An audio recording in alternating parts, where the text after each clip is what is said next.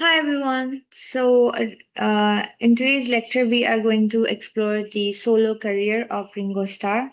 And it's going to be divided into three parts. We are going to first look at his early solo experiments and, creation of his own individual identity as a singer. Okay, so we are going to look at it. Then we are going to explore. The mixture of camp and humor in his songs, okay, and and his responsiveness to the pop culture of his time. Okay, so we are going to talk about that. And the third part of the unit is going to discuss his later work in the genre of country music. Okay, so that is what we are going to focus on. So I'm just going to share the screen.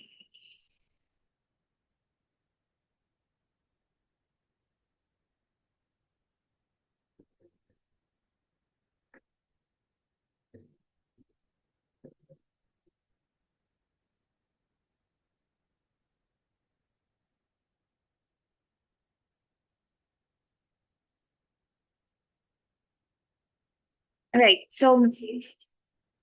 Um, the solo career of Ringo Starr presents a fascinating case within the history of popular music. As the drummer of one of the world's most famous bands, the Beatles, Starr was often perceived primarily as a rhythmic anchor rather than a principal songwriter. Okay, yet during the you know during the Beatles being together as a band, you find him, contributing to songs such as "Octopus's Garden," okay, and um, and the other song.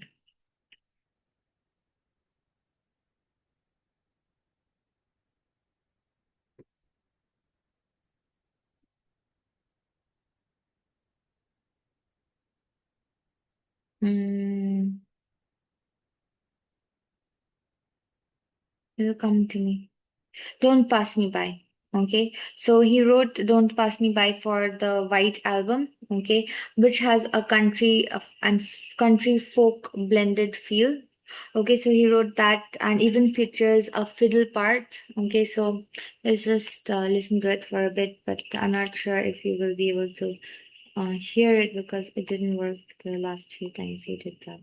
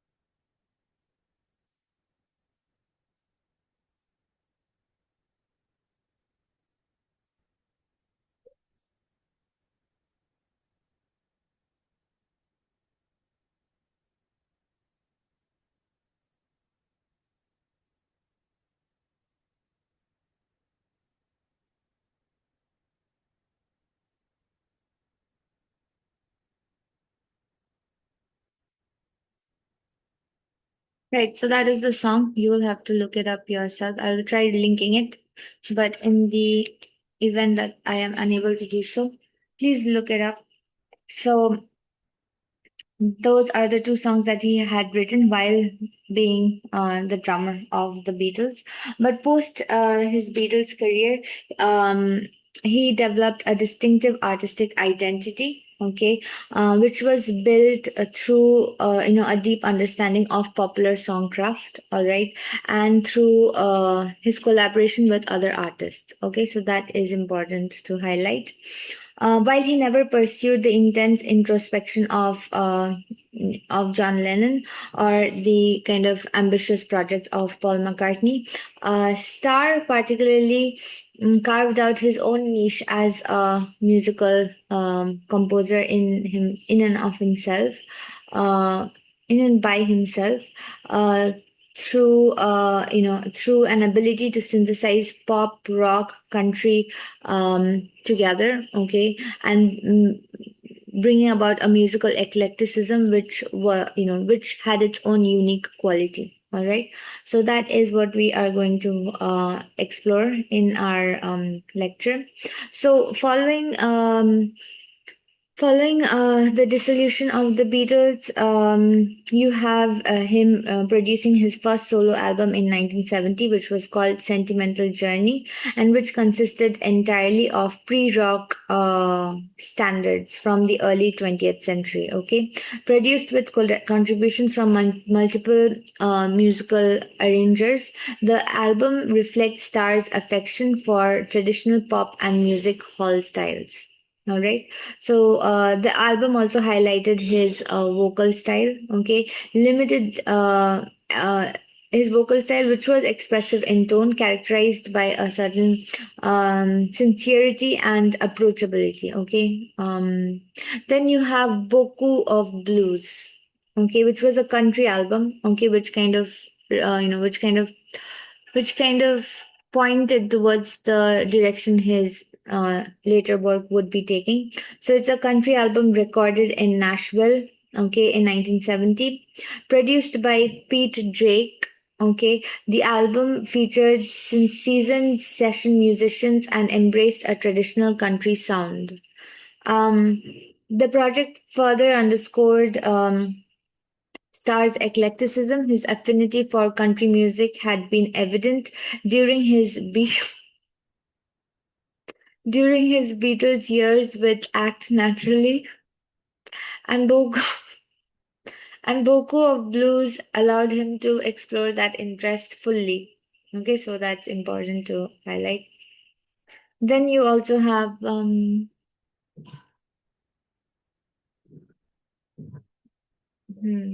Then you also have his breakthrough moments with albums such as Ringo, which came out in 1973, and which was a very important and successful solo album.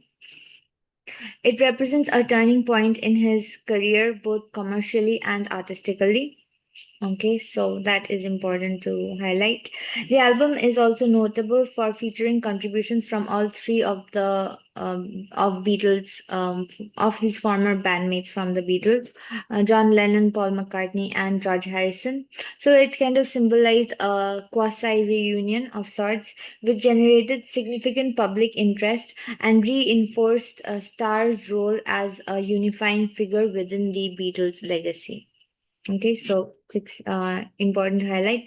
It contains certain major hits such as Photograph, You're 16, You're Beautiful, and You're Mine. Okay, co-written with George Harrison, and it exemplified a star's strength, which was, to kind of offer an emotional directness to the song and bring about polished production and carry out a memorable melody.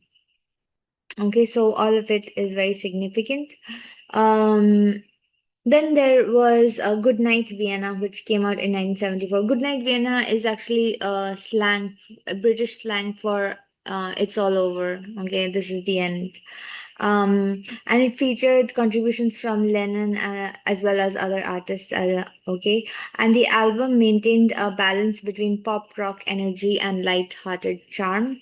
Okay, so significant to take all of it into account.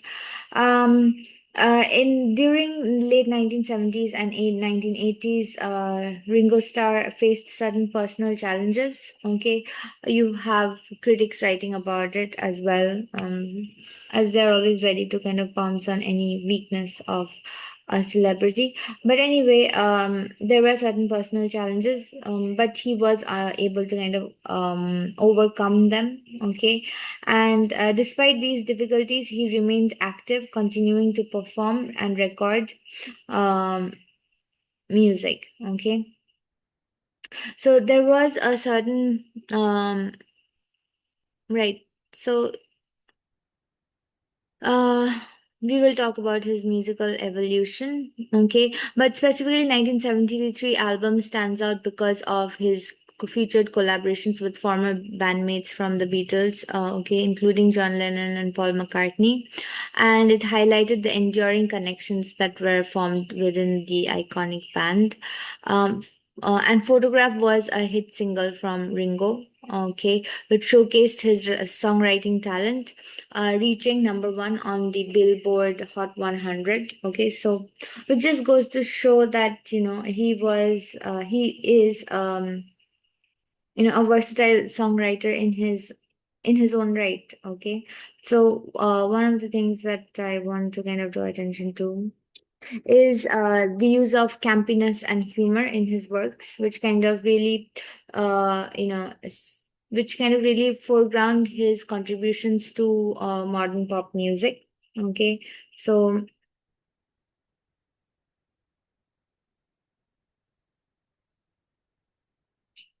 mhm,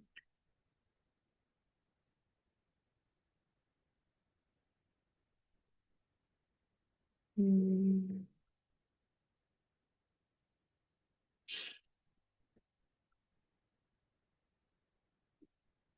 Right. So 1973 Ringo album, okay, which contained the hit single Photograph, also contained I Am the Greatest, okay, which is a unique song in its own right, all right. Um, particularly because um, particularly because of the way in which it was able to kind of combine a sense of irony and self awareness with playful theatricality. Okay, because having been part of the Beatles and having kind of achieved what most people struggle to achieve in their own in an entire lifetime. Okay, you have to kind of really rethink what is going to be your unique contribution to music post Beatles. So that the song kind of captures that dilemma in an exaggerated manner. Okay, so the song contains lyrics such as I'm the greatest in anywhere, in this world, in the next world, and anywhere. Okay, that's one of the lyrics. And then you also have other lyrics such as I'm the greatest. I'm only 32 and all I want to do is boogaloo. Okay. So you can see that, there is a certain playful theatricality, okay, combined with a sense of irony and self-awareness. Okay. And that is particularly a characteristic feature of the repertoire of Ringo Starr's music. Okay. It's largely light-hearted. You have a certain quality of humorousness, humor. Okay, you have a certain quality of humor attached to it, so that is very significant to take into account. um right, so we're going to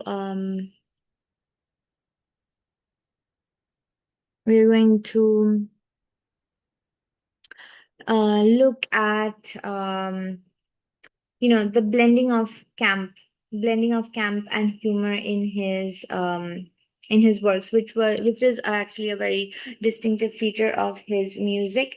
So Ringo Starr's solo work in the 1970s is marked by a distinctive sense of camp, a playful self-aware theatricality that blends humor, pastiche, and stylized exaggeration. Okay, unlike the intense introspection of Lennon and craftsmanship of McCartney, Starr embraced a persona rooted in irony, nostalgia, and entertainment. I'll try playing that song. I hope it is going to be audible. I'm not entirely certain, but we shall try.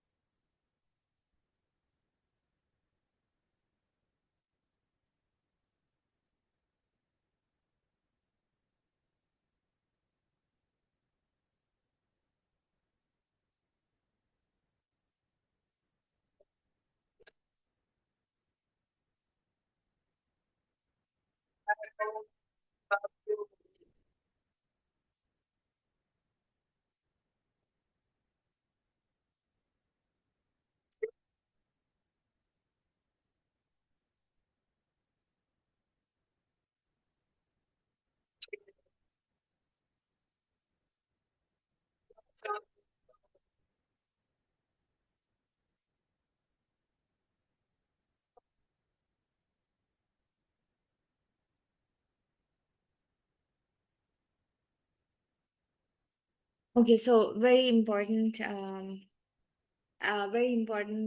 as a piece of camp music. Okay, so it kind of brings together retro aesthetics with comedic exaggeration and an affectionate parody of popular culture.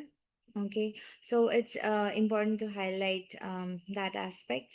Um, okay, so next, you have Good Night Vienna, okay, which I said was British slang for it's the end. All right. So the album is one of the clearest expressions of Star's camp aesthetic. Its cover is a direct homage to the classic science fiction film The Day the Earth Stood Still. Okay, in the original film, an alien robot named Gort stands at the entrance of a spaceship. In Star's parody, he replaces the human figure emerging from the craft with himself, okay, into the canonical sci-fi image. Okay, this gesture is quintessentially camp. Okay, it recontextualizes a serious cultural artifact. Okay, The Day the Earth Stood Still, which was a Cold War era sci-fi film, and it replaces gravitas with a certain kind of playful absurdity. Okay, it also foregrounds artificiality and imitation. Okay, and kind of looks at it through the lens of parody. Okay, so it's important to highlight that. I'm just going to draw your attention to the video accompanying that song. Okay, if my fear of palms can be overcome, then we shall look at the visual.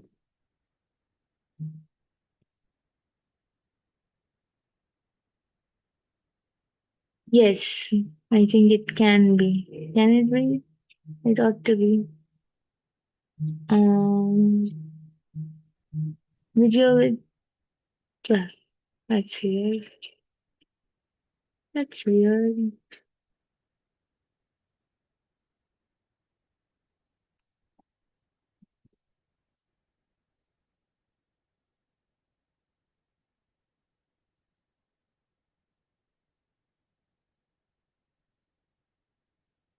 They will look at the Ringo Starr TV commercial.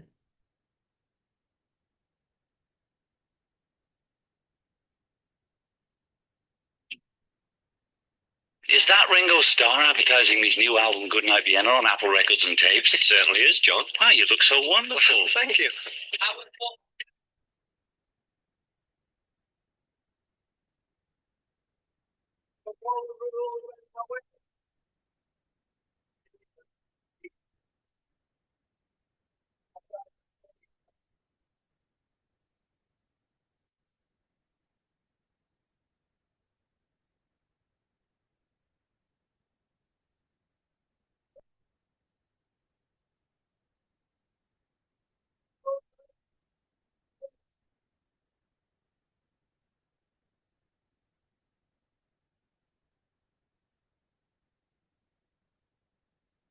Goodnight Vienna on Apple Records and Tapes. Thanks, John. It's a pleasure, Ringo.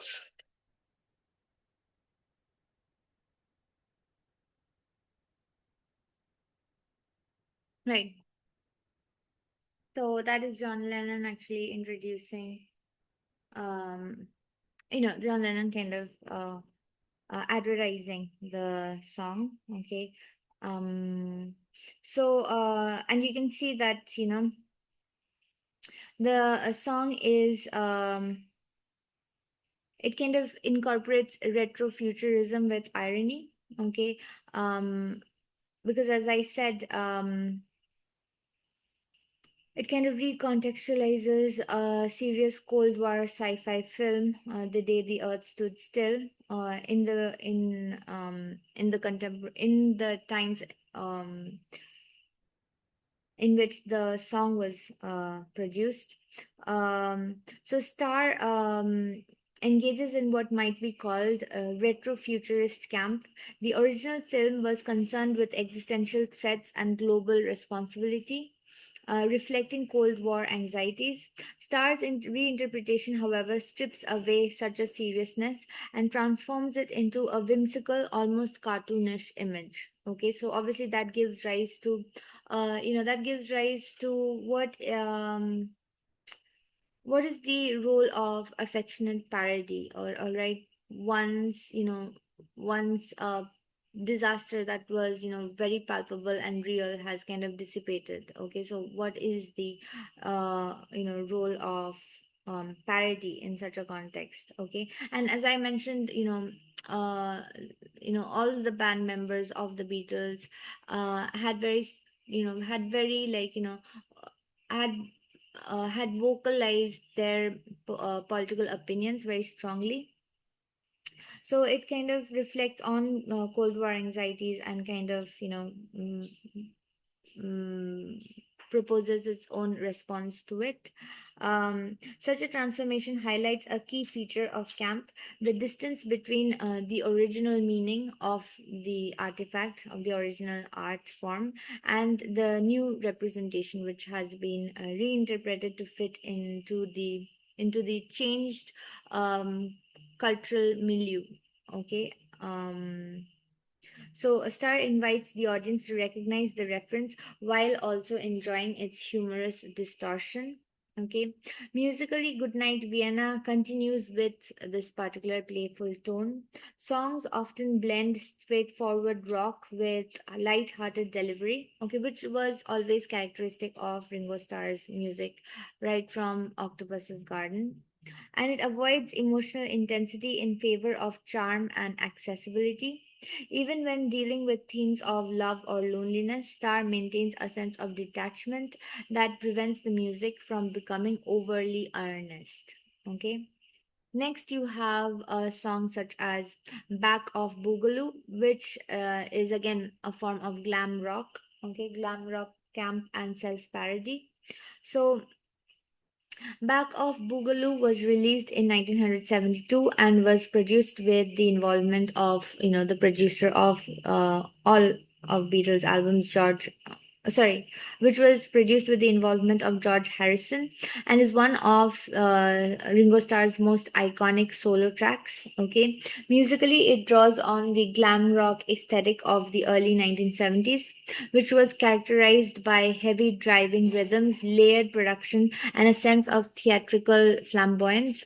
I didn't explicitly draw attention to it in the unit on George Harrison's music, but particularly, got my mind set on you is an example of glam rock camp. Okay, so we're just going to look at the video. Even if you're unable to listen to the audio, you'll be able to appreciate the video.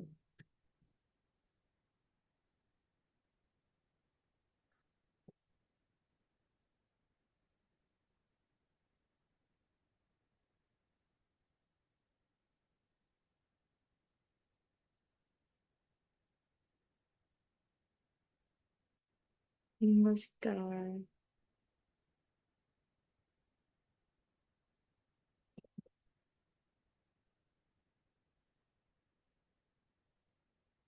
Right, so let's look at it.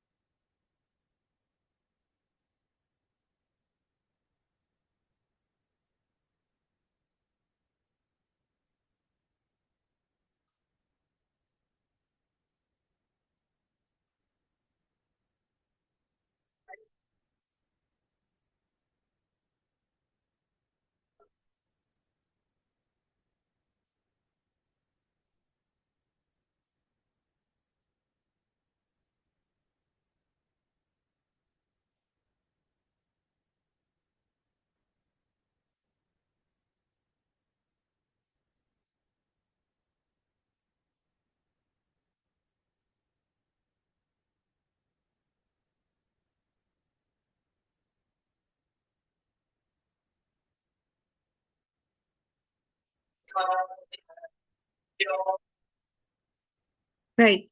Again, please put in the effort of looking up the song. Um, so, so, please put in the effort into looking up the song. Right. So, the song's lyrics, so, the song's lyrics are deliberately ambiguous and playful. The phrase boogaloo itself is vague. He uses that, in his previous album, Ringo, in I'm the Greatest. All I want to do is boogaloo.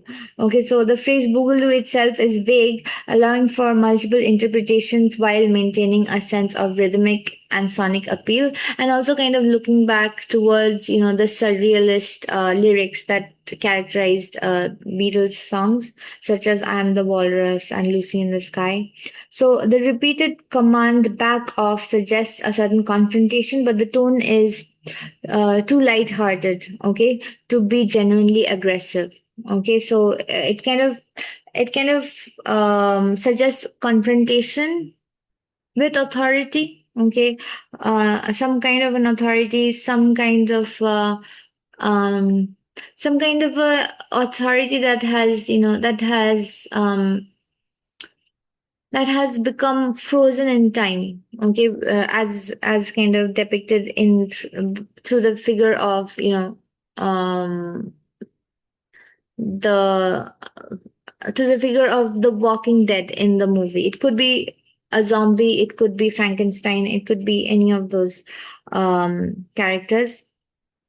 So the ambiguity actually contributes to the song's campy quality. Okay, campish quality. The meaning is secondary to the sound and performance. Okay, the lyrics function as stylized gestures rather than direct statements.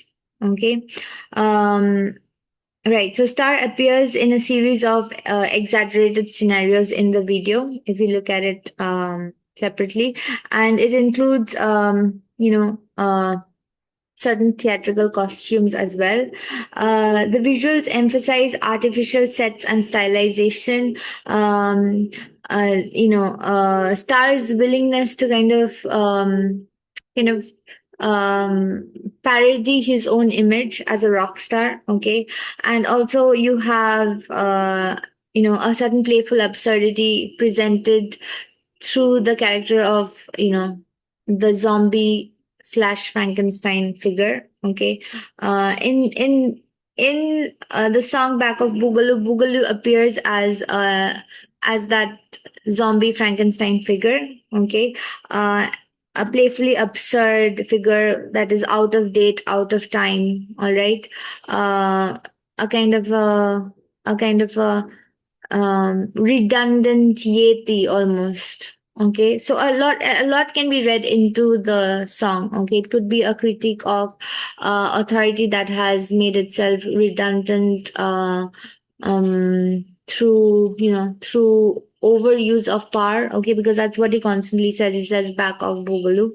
So but then you can't read too much into the song, because after all it is kind of maintaining a very strong ironic detachment from itself. So that is important to highlight. And the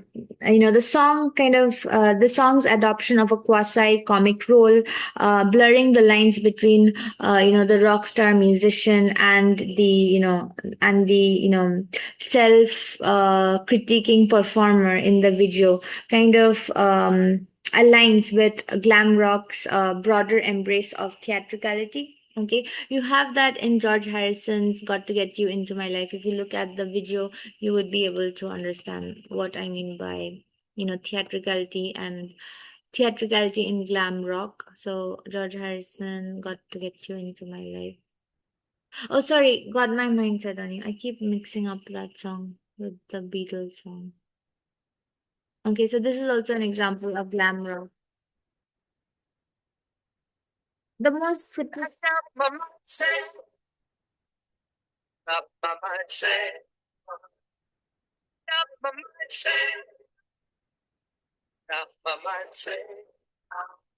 but it's gonna take money.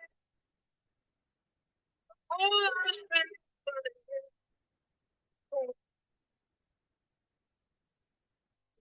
Right, child. It's gonna take time. All our precious time.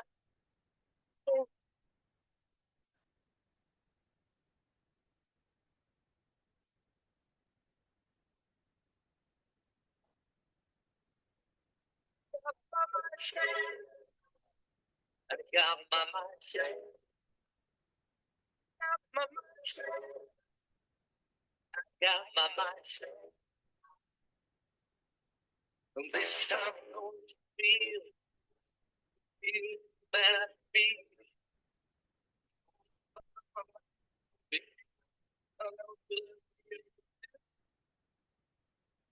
Got my mind set.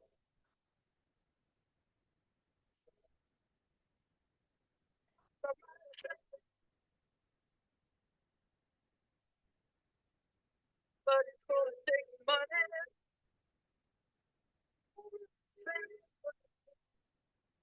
It's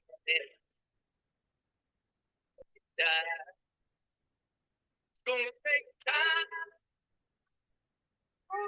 Precious time. Gonna take time.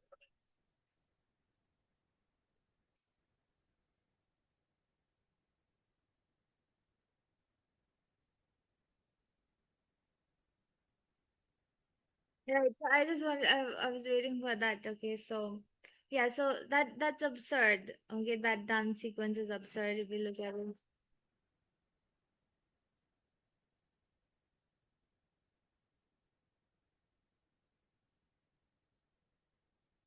Right. So that is, humorous exaggeration, which is also present in Back of Boogaloo. So all of it kind of fits into the general genre of glam rock of that time, and obviously, the most prominent proponents of the glam rock genre is David Bowie, okay, with his androgynous glamour, okay. So yeah, so Ringo Starr is clearly kind of placing himself within that genre with these particular songs. Okay, so I'm the greatest. We have discussed it a little bit, but I'll just go over it once more. So I'm the greatest was written by John Lennon and was performed by Ringo Starr. Okay, in Ringo, and it's a masterclass in self-referential camp. Okay, the song features contributions from Lennon, Harrison, and Billy Preston, creating a near Beatles reunion. Okay, the central conceit of the song, declaring himself the greatest, is inherently ironic. Okay, um, because he's not taking up any kind of provocative seriousness when he's making that statement. Okay, it is humorous, it is ironical. Okay, and the grandiosity of it all kind of really it appears humorous, but at the same time it kind of looks back towards uh the Beatles, um days of unparalleled popularity. Okay, so that is the kind of purpose. It's kind of mixing a certain sense of nostalgia for for the past with a certain modesty and humor for what lies ahead. Okay, so that is important. um References to Liverpool and earlier experiences will resurface again in his later work, such as Liverpool 8, which is a wonderful album again. So you should listen to it. Rather than dramatizing the past, Star actually treats it as material for light-hearted storytelling. Okay, the approach aligns with Camp's tendency to recycle and reinterpret cultural memory. Okay, the Beatles' legacy becomes a source of playful performance rather than, a solemn reverence of what had been and can never be once more. Okay, it's not like that. Um, Camp and visual media, Ringo's music videos as performance pieces. So his videos often feature, narrative scenarios rather than straightforward performances. Okay, like we looked at in Back of Boogaloo. a blending of cinematic and musical elements. Okay, it also brings together a certain humor which makes the song accessible. Okay, and particularly as I have mentioned, along with John Lennon's Mind Games and George Harrison's music and of course Paul McCartney's as well, you find all of the Beatles kind of moving towards opening up their music to younger audiences. Okay, so Ringo Starr's music is also doing something very similar. Um, while some forms of camp rely on insider knowledge or irony, Ringo Starr's humor is broadly appealing. His videos invite viewers to share in the joke rather than positioning themselves as, aloof observers. Okay, so that is important to highlight. Okay, right. So, as a drummer turned frontman, Ringo Starr kind of brings together brings together a questioning of conventional authority. Okay, associated with lead singers or guitarists. Okay, um, he also paves the way for other drummers to kind of shift between such roles. Okay, um, that a drummer can also be a frontman, a guitarist, a singer. That is the kind of ideal that he upholds through his career. Obviously, like famous examples are that of Phil Collins, okay, who was a drummer. Okay, I think he was a drummer first and then he became a singer, if I'm not very wrong. um yeah, so just an adaptability of an adaptability to different styles. Okay, that is what his career kind of projects to future performers. Okay, right. So what's the cultural significance of Ringo Starr's campiness? Okay, so it is certainly kind of blurring the boundaries between what is considered high rock, okay, and campy rock or glam rock. Okay, it is also bringing in a certain kind of humor to rock music. Okay, uh, Ringo Starr's campiness reintroduced humor as a central element in the rock performance. Such a contribution is significant. It reminds audience members that pop rock can be playful and entertaining without, sacrificing any kind of artistic value or merit. Okay, and yeah, and so that kind of shapes his influence and legacy in rock history. Um, Camp as identity and innovation is also important to take note of. We have already kind of spoken about it. Okay. As creating a body of work that celebrates artifice, that celebrates a certain blending of nostalgia with parody. Okay, a certain playfulness. Okay, so all of that kind of um, all of that contributes to the innovation of campiness in Ringo Starr's music. Okay, so I think I will conclude the lecture. And then in the next one, we are going to talk about the country music of Ringo Starr. So thank you all so much for listening and ciao.